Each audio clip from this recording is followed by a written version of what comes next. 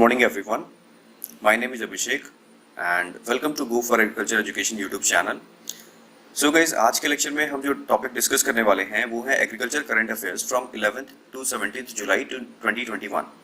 So guys, lecture में आगे बढ़ने से पहले मैं आपको बता दूं कि अगर आपको इस लेक्चर की पीडीएफ चाहिए तो आप हमारे Telegram channel go for agriculture से इसे डाउनलोड कर सकते हैं. साथ साथ आप हमारे इंस्टाग्राम अकाउंट और फेसबुक पेज को भी लाइक कर सकते हैं, फॉलो कर सकते हैं, जहाँ पे आपको रेगुलर क्विजेस एंड हमारे चैनल एंड वीडियो अपडेट्स मिल जाएंगी. एट लास्ट आप हमारे ऐप GFA एजुकेशन ऐप को डाउनलोड कर सकते हैं, जिन सारी चीज़ों का जो लिंक है हमने डिस्क्रिप्शन में दे दिया है. यहाँ पे आपको आपके UG एंड PG के लिए जितने भी PDF कोर्सेज हैं वो अवेलेबल हैं, मतलब आपके कोर्सेज के जो PDF मटेरियल हैं वो अवेलेबल हैं, और हमारे जितने भी वीडियोस अपडेट होते हैं यूट्यूब पे वो भी आपको वहाँ पे सीरियल वाइज वहाँ पे मिल जाएंगे, यानी आपको यूट्यूब पे नहीं आना पड़ेगा हमारे लेक्चर्स के लिए.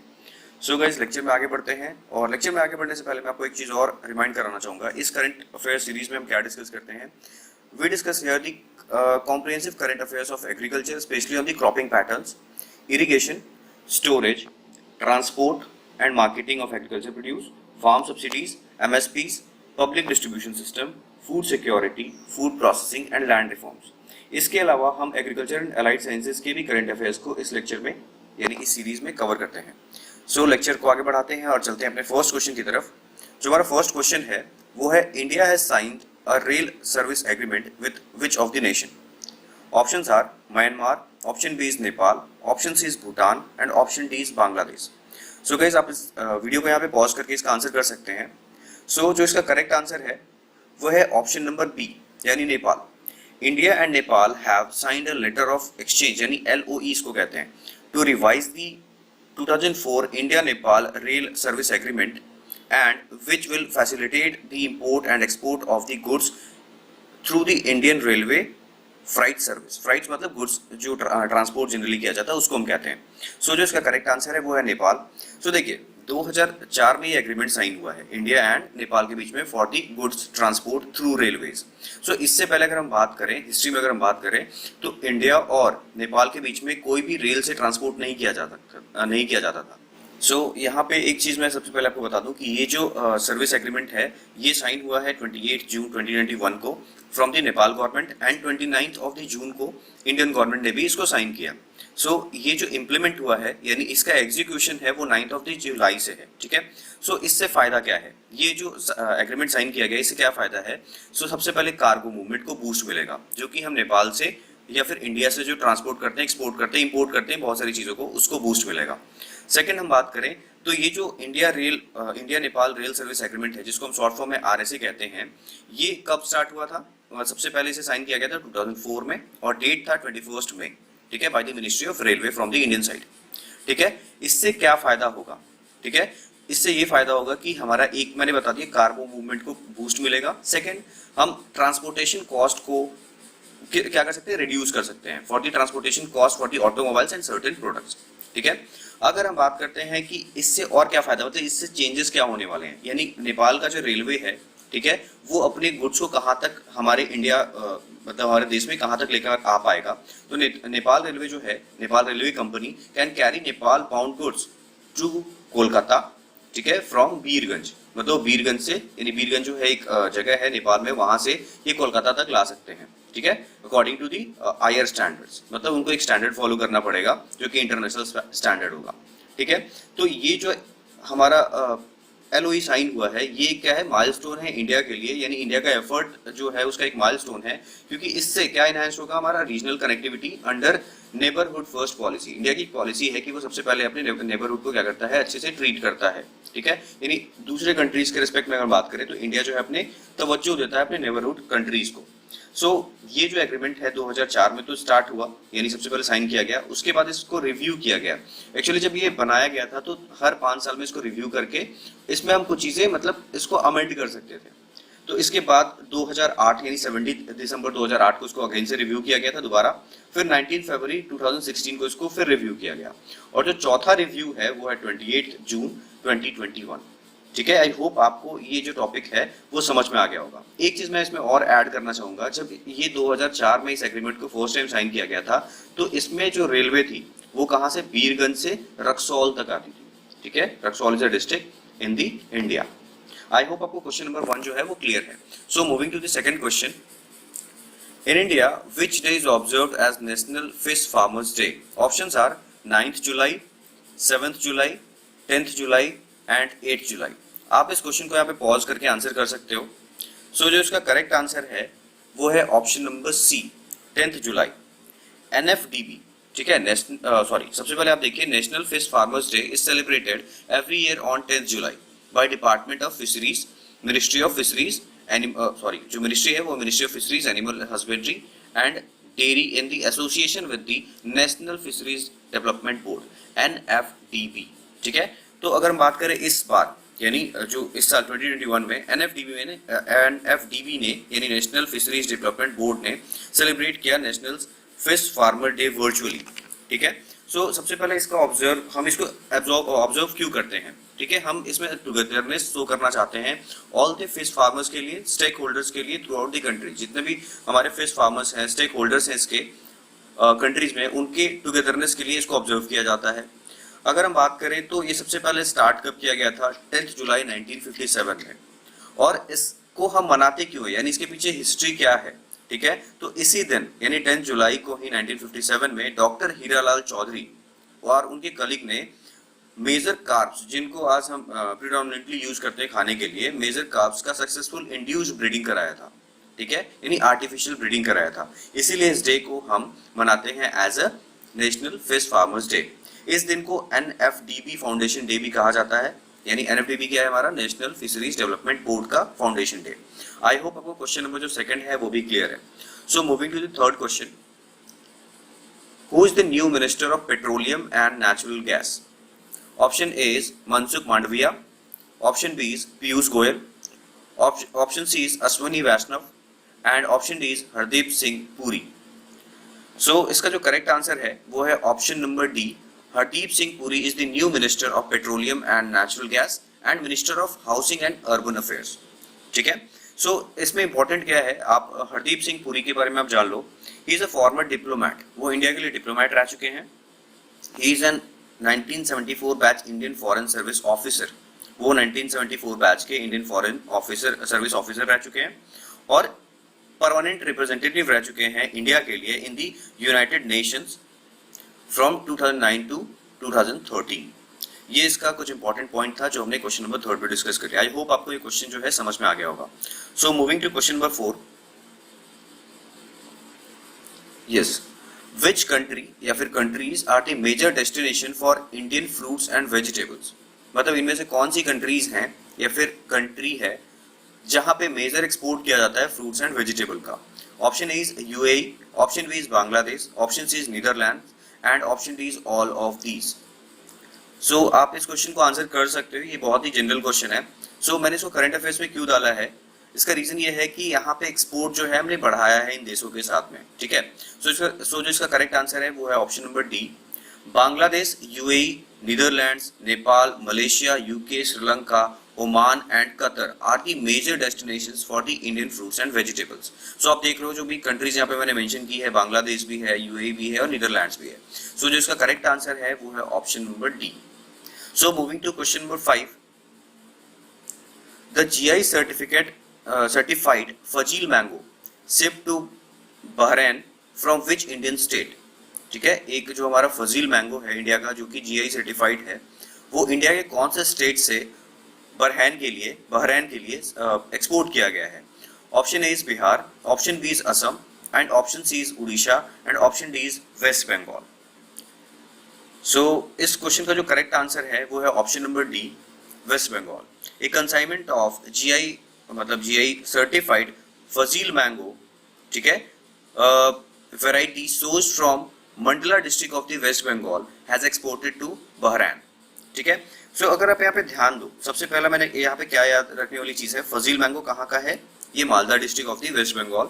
ठीक है, अगर आप अभी करंट अफेयर सीरीज आप मेरी रेगुलर देख रहे होगे आप इस चैनल पे, तो आपको मैंने हर वीक के लेक्चर में बताया एपिडा ने इसको एक्सपोर्ट किया, एपिडा ने लेटेकू को एक्सपोर्ट किया, रेड राइस को एक्सपोर्ट किया, काजी नेमू को किया. ठीक है, तो बहुत सारी चीजें हमने देखी हैं. तो सबसे पहला जो चीज है, एग्रीकल्चर प्रोड्यूस एंड जो भी हमारे प्रोडक्ट्स हैं, फूड प्रोडक्ट्स हैं, ठीक है, उनको एक्सपोर्ट करता है एपिडा. अगर जिनको नहीं पता है, एपिडा का फुल फॉर्म होता है agricultural and processed food products export authority of India.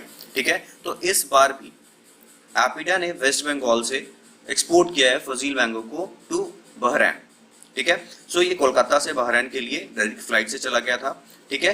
तो एपिडा ने अब अभी आप रेगुलर इस चीज को आप देख रहे हो करंट अफेयर्स में, मतलब एक्सपोर्ट जो है मैंगोज का और बहुत सारी चीजों का किया जा रहा है। लेटेकू को किया गया दुबई के लिए, जो कि असम से लेकर गए थे हम, ठीक है। रेड राइस को किया गया यूएसए एक्सपोर्ट, ठीक है, वो भी असम से लेकर गए थे। काजी नींबू, ठीक है, जो कि एक जीआई सर्टिफाइड नींबू है वहाँ का, यानी लेमन है, वो लंदन हमने एक्सपोर्ट किया फ्रॉम दी असम। तो आप देख रहे हो बहुत सारी चीजों को एपिडा ने क्या किया, एक्सपोर्ट किया है, ठीक है। तो इसके लिए एपिडा ने इस साल बहुत प्लान किया था, ठीक है। उन्होंने क्या किया, मतलब डिफरेंट डिफरेंट कंट्रीज में प्रमोशन ड्राइव स्टार्ट किया। जैसे एपिडा ने मैंगो प्रमोशन प्रोग्राम स्टार्ट किया था कतर में, ठीक है, जहाँ पे 9 वेराइटीज हम लेकर गए थे मैंगोज की from West Bengal and UP, ठीक है। उसके बाद मैंगो प्रमोशन प्रोग्राम उन्होंने किया बहरैन में, ठीक है। इसी का ये हमने क्वेश्चन यहाँ पे रखा है, इसको यहाँ पे इस स्लाइड पे, ठीक है। वहाँ पे 16 वेराइटीज ऑफ मैंगोज लेकर गए थे, जिनमें से 3 हमारी जीआई वेराइटीज थी, जिनमें से वन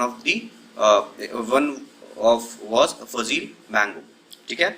और अगर बात करें तो मैंगो फेस्टिवल बर्लिन में, यानी जर्मनी जो है, जो कि कैपिटल है बर्लिन जर्मनी की, वहाँ पे उन्होंने मैंगो फेस्टिवल ऑर्गेनाइज कराया था, ताकि इंडिया की भी जो कि डिफरेंट डिफरेंट अच्छी अच्छी वेराइटीज हैं जो कि नॉन ट्रेडिशनल हैं, उनको भी वहाँ पे चीज़ें दिखा पाएं, ठीक है, और वहाँ पे हम इसके एक्सपोर्ट को बढ़ा पाएं। So this is the reason behind the इतना सारा एक्सपोर्ट, मतलब हम बहुत सारी चीज़ों को क्या कर रहे हैं, अभी एक्सपोर्ट कर रहे हैं। मोस्टली आप देख रहे हो तो इस टाइम हम मैंगोज को कर रहे हैं, और एपिडा ने इस टाइम टारगेट भी किया हुआ है नॉर्थ ईस्ट रीजन को, यहाँ से मैक्सिमम एक्सपोर्ट किया जा रहा है इस साल। आई होप आपको क्वेश्चन नंबर जो 5 है वो भी क्लियर हो गया होगा। So moving to question number 6, what is the theme of 2021 World population Day? So सबसे पहले मैं आपसे यहाँ पे एक क्वेश्चन पूछना चाहूंगा कि वर्ल्ड पॉपुलेशन डे कब मनाया जाता है। आप अपने आंसर को हमारे कमेंट सेक्शन में जरूर बताना। सो जो इसका ऑप्शन है वो है family planning is a human right, option A है ये, ठीक है। हम पूछ रहे हैं what is the theme of world population day 2021, family planning is a human right. Option B, how to safeguard the health and rights of women and girls now. Option C is the impact of the COVID-19 pandemic on fertility, and option D is empowering people developing nations. So जो इसका correct answer है वो है option number सी।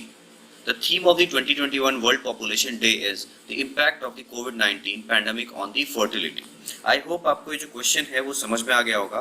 तो सबसे पहले यहाँ पे आपको जो चीज़ याद रखना है कि वर्ल्ड पॉपुलेशन डे हम कब से स्टार्ट करते हैं, इसको इसे इंटरनेशनली अप्रूव किसने किया है, ठीक है। तो सबसे पहला इसे किया है यूएनडीपी ने, जिसका जो फुल फॉर्म है यूनाइटेड नेशंस डेवलपमेंट प्रोग्राम ने 1989 में सबसे पहले अप्रूव किया, ठीक है। ताकि अप्रूव किया मतलब हम इसको ऑब्जर्व करेंगे, मतलब हर साल, ठीक है, एक स्पेसिफिक डेट को जो मैंने आपसे पूछा है आप आंसर करना इसका, ठीक है, ताकि हम इसमें डिफरेंट पॉपुलेशन इश्यूज यानी डिफरेंट पॉपुलेशन कंसर्न्स को यहाँ पे हम रेज कर पाए। आई होप आपको ये जो क्वेश्चन है वो समझ में आ गया होगा। जो उसका करेक्ट आंसर है वो है option number C. So moving to question number 7,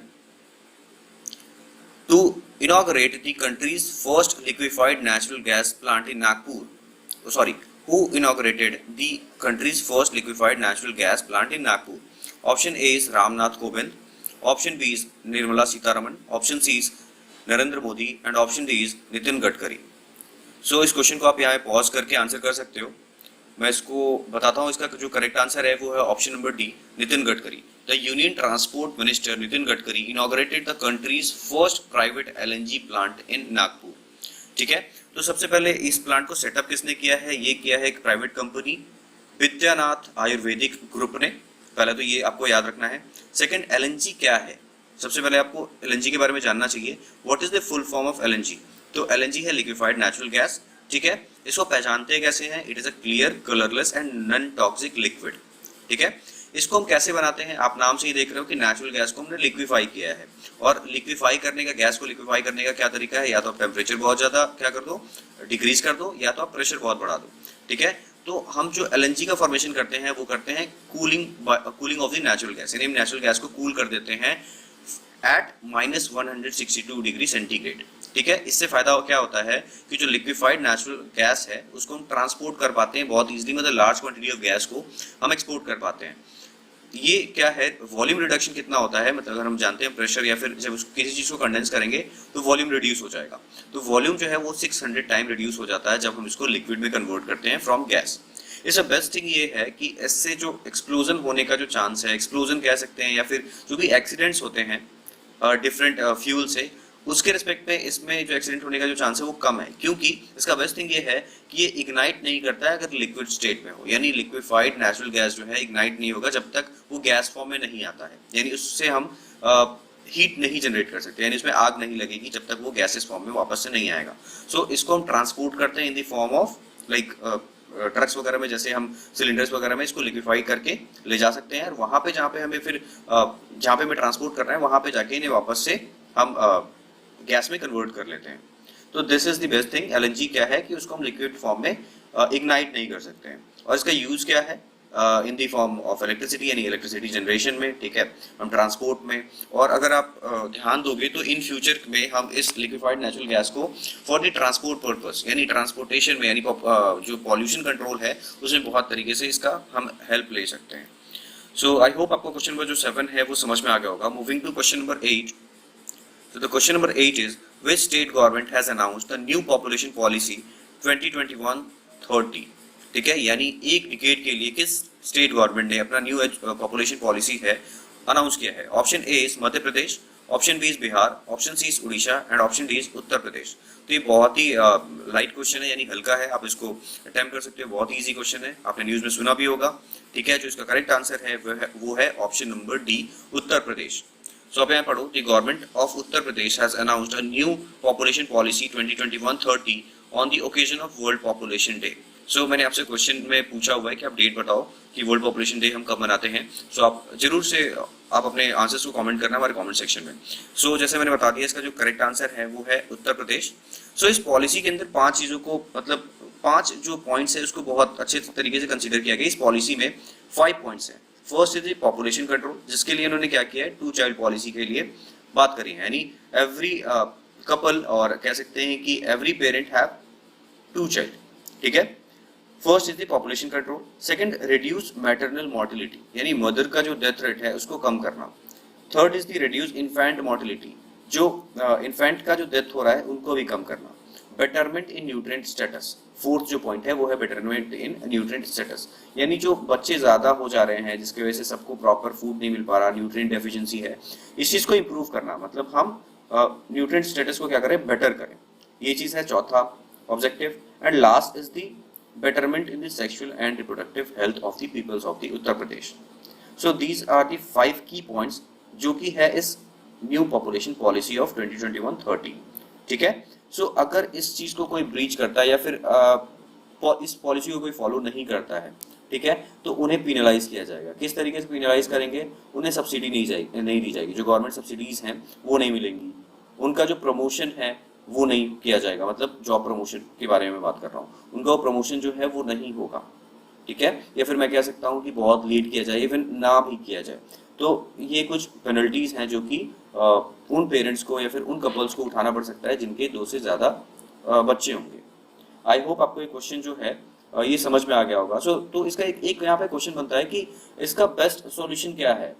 तो इसका बेस्ट सॉल्यूशन मेरे भी हिसाब से जो है वो है फैमिली प्लानिंग, जो कि इंडिया में फैमिली प्लानिंग को बहुत कम लोग जानते हैं, फर्स्ट थिंग। और दूसरा है कि बहुत लोग शर्माते हैं, नहीं बात करते हैं, जो कपल्स हैं थर्ड पर्सन से अपनी फैमिली प्लानिंग के बारे में बात नहीं करते हैं, ठीक है। सो ये बहुत इंपॉर्टेंट है और बेस्ट टूल है, इसलिए गवर्नमेंट को इसको प्रमोट करना चाहिए कि फैमिली प्लानिंग हम किस तरीके से करें, ठीक है, क्या होता है फैमिली प्लानिंग, इसके बेनिफिट्स क्या हैं, ठीक है। बेनिफिट्स फॉर द नेशन तो आप बताओ ही बताओ, आप उनके फैमिली के लिए बता सकते हो कि फैमिली प्लानिंग अगर आप करोगे तो आपके फैमिली में क्या क्या चीज़ें बेटर होंगी, ठीक है। तो ये मुझे लगता है कि बेस्ट टूल जो है वो है फैमिली प्लानिंग, इस चीज़ को कोप अप करने के लिए। अगर यहाँ पे मैं आपको एड ऑन डेटा दूँ तो यूएसए गवर्नमेंट जो है वहाँ पे उनका ये है कहना कि जो गवर्नमेंट है वो इस चीज़ पे कभी भी कंट्रोल नहीं लगा सकती। ये जो हम पॉपुलेशन कितना होना चाहिए, कितने बच्चे होने चाहिए किसी इंसान का यानी किसी कपल का, वो डिपेंड करता है उन कपल्स पे। So this is the type of statement from the US government. So moving to the question number 9, India's first cryptogamic garden has been set up in which city, featuring over 50 species of cryptogam plants? So यहाँ पे agriculture का question क्या है, सबसे पहले हम discuss करेंगे cryptogam plants क्या है। पहले आप ऑप्शंस देख लो। यहाँ पे क्वेश्चन मैंने पूछा है इंडिया का फर्स्ट क्रिप्टोगैमिक गार्डन, जहाँ पे 50 से ज्यादा स्पीसीज हैं क्रिप्टोगैम प्लांट्स के। कहाँ पे, कौन सा सिटी में सेटअप किया गया है? Option A is Nainital, option B is Dehradun, option C is Ladakh and option D is Srinagar. ठीक है, तो जो इसका करेक्ट आंसर है वो है ऑप्शन नंबर बी यानी Dehradun. The first India's first cryptogamic garden with around 50 different species grown has different species grown has been inaugurated in the Deoban area of the Dehradun in Uttarakhand। ठीक है, सो इसका जो answer है वो तो देहरादून है। सबसे पहले यहाँ पे एक क्वेश्चन बनता है कि वाई देहरादून को ही हमने क्यों सेलेक्ट किया है। तो सबसे पहले हम यहाँ पे देखेंगे व्हाट इज क्रिप्टोगैम या फिर क्रिप्टो गार्डन क्या होता है। ठीक है, तो क्रिप्टोगैम क्या है? प्लांट किंगडम अगर आप देखो तो प्लांट किंगडम को दो पार्ट में डिवाइड किया गया है। First is the cryptogam and second is the phanerogams. ठीक है, क्रिप्टोगैम का मतलब ऐसे प्लांट्स, क्योंकि मैंने बोला प्लांट किंगडम को डिवाइड किया गया, तो प्लांट किंगडम के दो पार्ट है, first cryptogam and second is phanerogam. Cryptogam मतलब सीडलेस प्लांट, ठीक है, या फिर प्लांट लाइक ऑर्गेनिज्म जिनमें सीड नहीं जनरेट होता है, जो सीड नहीं बनाते हैं। फेनरोगैम मतलब जो सीड बियरिंग करते हैं, यानी जो सीड्स बनाते हैं। अब जो सीड बनाते हैं आप ऑलरेडी जानते हो, जिम्नोस्पर्म्स एंड एंजियोस्पर्म्स। ठीक है, साइकस पाइनस आपने सुना होगा जिम्नोस्पर्म्स के लिए, और एंजियोस्पर्म्स के लिए जितने भी आप फ्रूट्स वगैरह खाते हो, दैट इज द एंजियोस्पर्म्स। आते हैं क्रिप्टोगैम्स पे। मैंने बताया कि क्रिप्टोगैम्स ऐसे प्लांट हैं या फिर प्लांट लाइक ऑर्गेनिज्म हैं जो कि सीड्स नहीं बनाते हैं।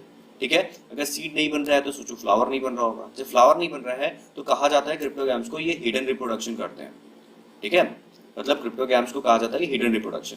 तो क्रिप्टोगैम्स का भी आगे क्लासिफिकेशन है, थैलोफाइटा, ब्रायोफाइटा। आपने ब्रायोफाइटा पढ़ा होगा, amphibians of the plant kingdom. तो क्रिप्टोगैम्स मतलब ऐसे plants like lichens, ferns, fungi, algae, bryophyta, ये आते हैं क्रिप्टोगैम में। तो इनके गार्डन को सेटअप किया गया है कौन से सिटी में? वो है देहरादून। ठीक है, तो देहरादून में एक टाउन है चक्राता टाउन। ठीक है, वो हाई एल्टीट्यूड पे है। ठीक है, और मॉइस्ट कंडीशन वहां पे रहता है। तो ये जो क्रिप्टोगैम है ना, उनके भी ग्रोथ के लिए चाहिए हमें मॉइस्ट कंडीशन, हाई एल्टीट्यूड। ठीक है, तो वो बहुत ही फेवरेबल था, इसलिए वहां पे हमने इस गार्डन को बनाया। दूसरा इसका रीजन है कि चक्राता जो टाउन है उसमें एक फॉरेस्ट है।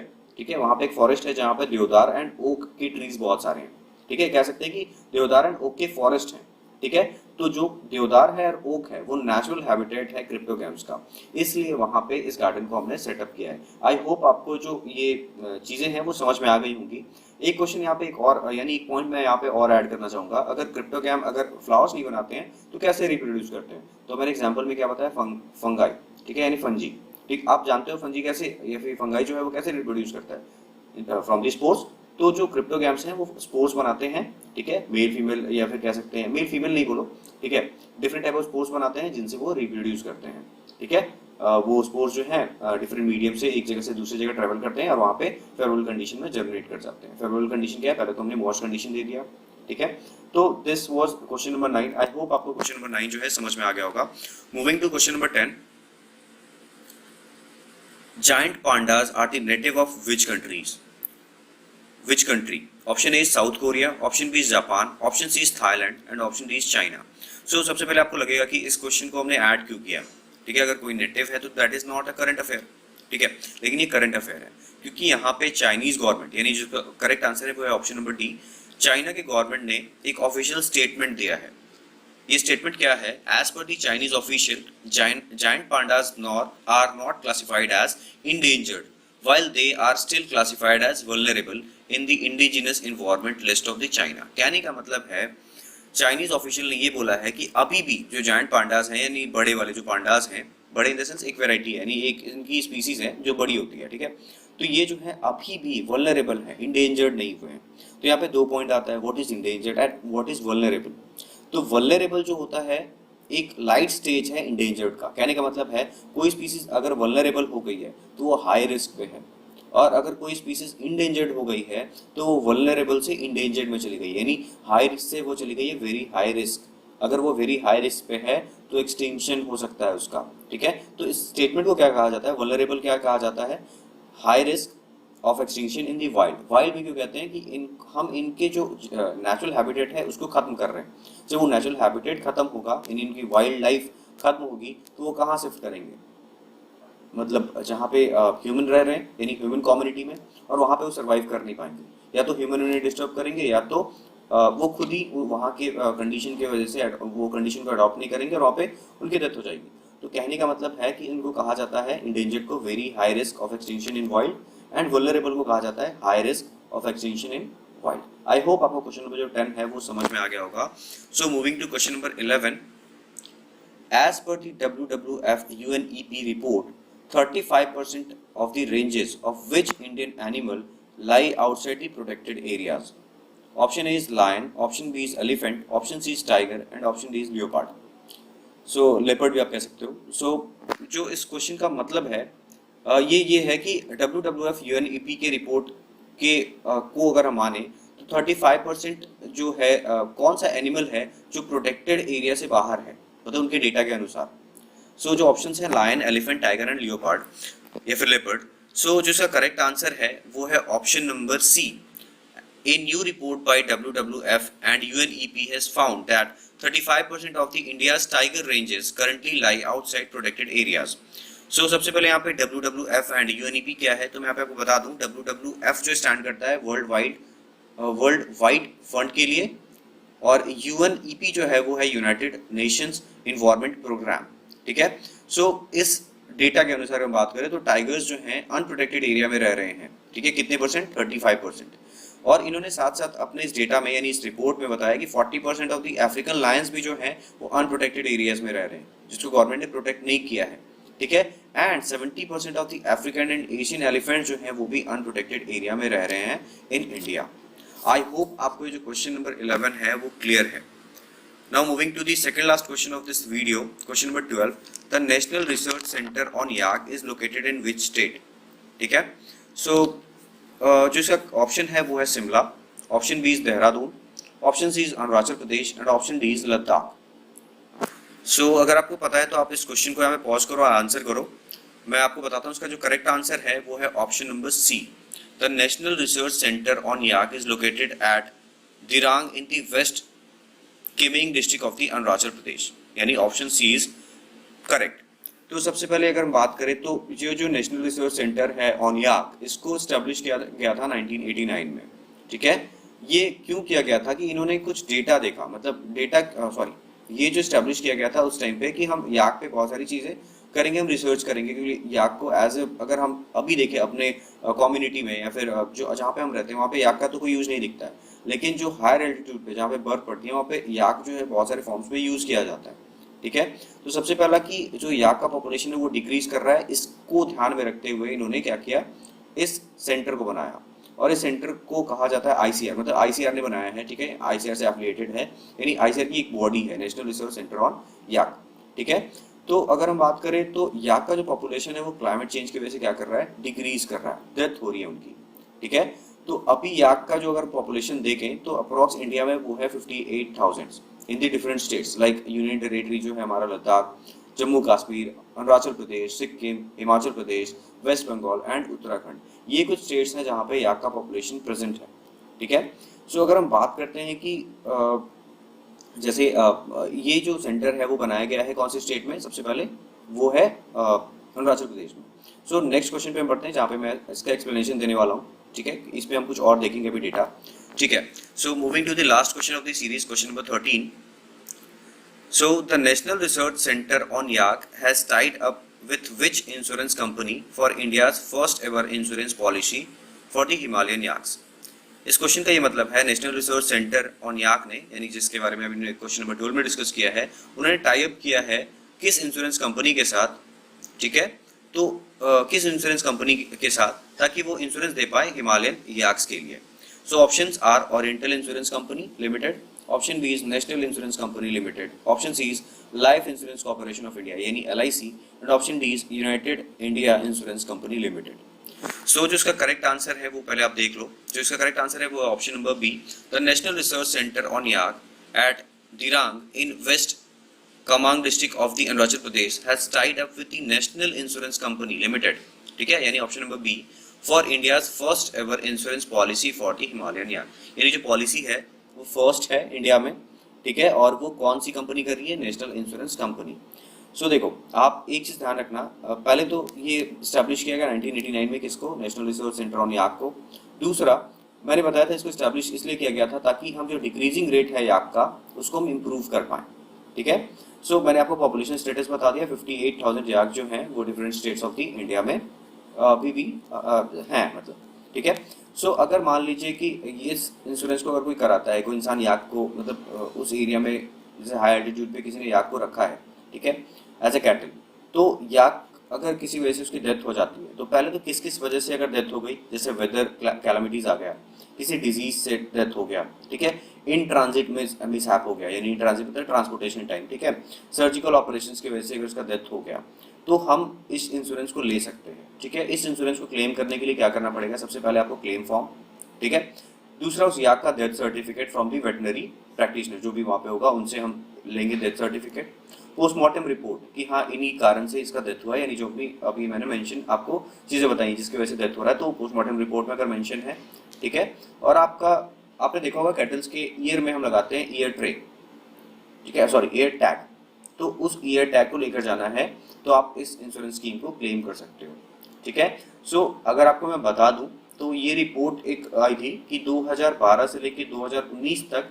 जो याक का पॉपुलेशन है वो 24% डिक्लाइन कर गया, तो इस वजह से इस इंश्योरेंस जो पॉलिसी है उसको लाया गया, और आज के दिन नेशनल इंश्योरेंस कंपनी लिमिटेड जो है याक के लिए भी, यानी हिमालयन याक जो है उनके लिए भी इंश्योर करती है। आई होप गाइज आपको आज का लेक्चर जो है कंप्लीट समझ में आ गया होगा। सो मिलेंगे हम नेक्स्ट वीक, जहाँ पे हम कुछ और एग्रीकल्चर एंड अलाइड साइंसेज के करंट अफेयर्स को डिस्कस करेंगे। अगर गाइज आप हमारे चैनल पे फर्स्ट टाइम आ रहे हो, अगर आपको लेक्चर सीरीज अच्छी लगती है करंट अफेयर्स की, तो आप हमारे चैनल गो फॉर एग्रीकल्चर को सब्सक्राइब कर सकते हो। साथ साथ मैंने आपको बताया कि अगर आपको इस लेक्चर की पीडीएफ चाहिए तो आप हमारे Telegram channel go for agriculture से डाउनलोड कर सकते हो। So guys thanks for watching this video, till then stay tuned. आप हमारे इंस्टाग्राम अकाउंट को फॉलो कर लो, जहाँ पे आपको हमारे वीडियोस एंड चैनल अपडेट्स मिल जाएंगी। एट लास्ट मैं फिर से बोलूँगा, अगर आप हमारे चैनल पे न्यू हो, अगर आपको ये वीडियो अच्छी लगी है तो आप हमारे चैनल सब्सक्राइब करो, go for agriculture. And more information you can log on to our website www.goforagriculture.co.in। So guys चलिए मिलते हैं नेक्स्ट वीक।